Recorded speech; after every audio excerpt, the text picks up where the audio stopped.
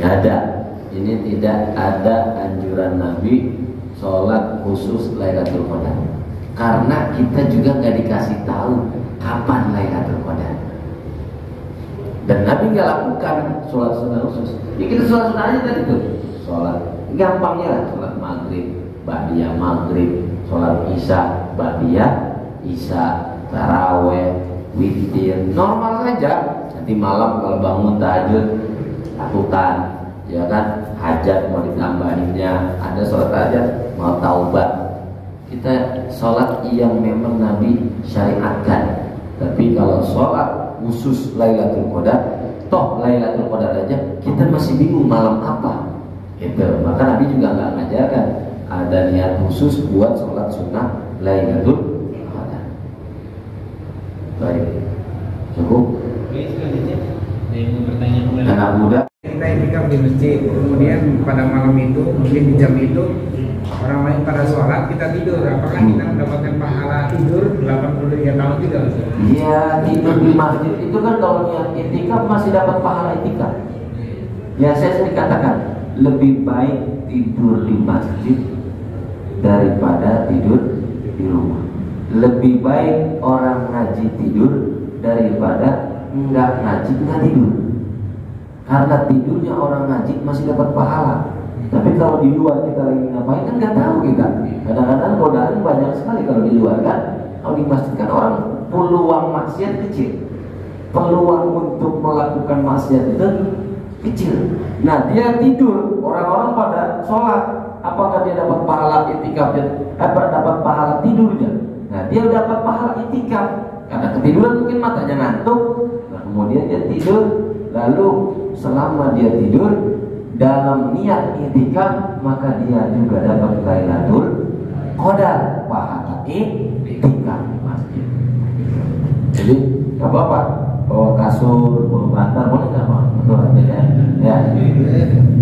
Sobat kalau tidur di sini, ya gitu. Yang penting jaga kebersihan. Jaga kebersihan. Biasa baca Ratibul Hadat atau biasa angkat surat atau baca Al-Quran terus banyak-banyaknya. Penjelasan amalan-amalan apa saja yang disukai Allah untuk kita laksanakan dan lebih kita gencarkan di malam 10 hari terakhir. Oke. Pertama itu adalah Ramadan identik dengan syahrul Quran. Syahrul Ramadan alladzi unzila fihi al-Quran hudan lin-nasi wa bayyinatin minal huda wal furqan. Itu adalah amalan pertama diisi dalam waktu-waktu itikaf kita dengan membaca Quran. Kedua, itu adalah qiyamul lail. Qiyamul lail ini macam rupanya, baik dengan sholat setelah tarawih, ada kalau di malam hari itu ada sholat hajat, ya kan, ada sholat witir. Kalau sudah tidur ada sholat tahajud, ya, ada sholat apa istikharah juga pun boleh. Itu adalah bagian dari qiyamul lail. Kata Nabi, man qama Ramadan imanan wa ihtisaban ghufira lahu ma taqaddama min dhanbihi. Man qama fi lailatul qadr imanan wa ihtisaban ghufira lahu ma taqaddama min dhanbihi. Qiyamul lail, menghidupkan malam hari. Hidupkan dengan apa? Ya, termasuk dengan kajian seperti ini. Itu adalah menghidupkan malam Lailatul Qadar, menghidupkan malam-malam itikaf melalui kajian. Karena apa? Kajian ini juga atau pengajian seperti ini juga duduknya aja itu dapat pahala. Tidurnya bisa diampuni dosa. Kalau kita tidur di rumah nggak diampuni dosa. Ngantuk di rumah kita pindah ke masjid karena di masjid ada pengajian, itu tidur kita padahal pindah tempat dari rumah ke masjid, tapi karena di masjid ada pengajian itu dapat ampunan dari Allah Subhanahu wa taala. Karena sejatinya orang yang menuntut ilmu, innal malaikata tad'u ajnihatiha idzan bima yatlub.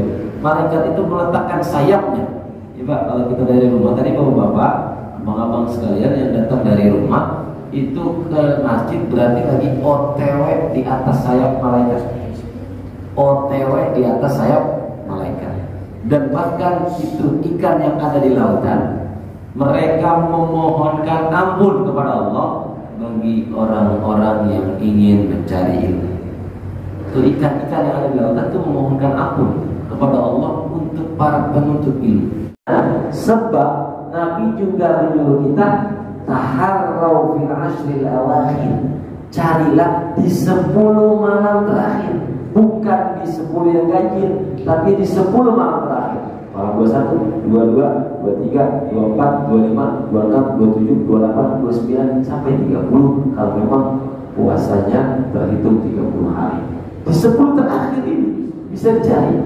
Nah, minimal kita ada luangkan waktu untuk bisa beriktikaf, walau hanya dengan 2 rakaat, 4 rakaat, 1 baris, 1 ain, baca Al-Quran, dan atau mendengarkan tausiah atau dibikin program seperti itu.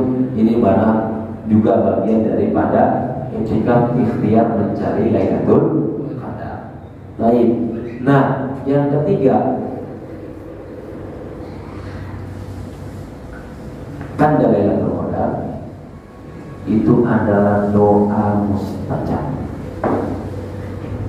Kan kita nggak tahu Ustaz doa mustajab. Nah, ini nih yang perlu dipraktekkan Pak. Kalau tahun lalu saya nggak sampaikan, tahun ini saya sampaikan. Itu adalah kita bikin data list Pak. Ini malam 21 Bapak bikin list. Malam 22 list. Dari sekarang bikin list. Saya anjurkan bikin list. Malam 21 saya pengen doa, jangan banyak-banyak Pak, doa khusus saja. Malam 21 saya pengen doa, mudah-mudahan ya punya anak laki-laki. Malam 22 saya pengen berdoa, mudah-mudahan tahun ini bisa umroh. Malam ketiga saya pengen berdoa, mudah-mudahan tahun ini punya motor. Malam keempat saya berdoa, mudah-mudahan tahun ini punya mobil. Malam kelima saya berdoa, mudah-mudahan tahun ini punya rumah. Malam ke-6 saya berdoa, mudah-mudahan tahun ini diizinin nikah lagi. Ya nggak apa-apa doa, namanya doa ya kan. Kalau izin langsung kan nggak bakalan dikasih, iya kan. Maka orang bilang mendingan minta maaf daripada minta izin. Iya, kalau minta maaf udah kejadian, akhirnya minta maaf dia. Tapi kalau minta izin nggak bakalan ada yang izinin. Perempuan mana ada yang mau diduakan, kan seperti itu. Nah, kita bikin list. Mohon maaf, ini penting untuk kita meng-cross check. Nanti mana-mana doa kita yang segera dimustajab oleh Allah di malam 10 terakhir, itulah yang disebut malam Lailatul Qadar. Pasti ada yang mustajab nih dari 21 malam ini, mulai malam ini sampai malam nanti terakhir, itu ada yang mustajab Pak. Makanya berdoa saran saya jangan terlalu banyak. Kita satu item yang kita khususkan untuk meng-cross check.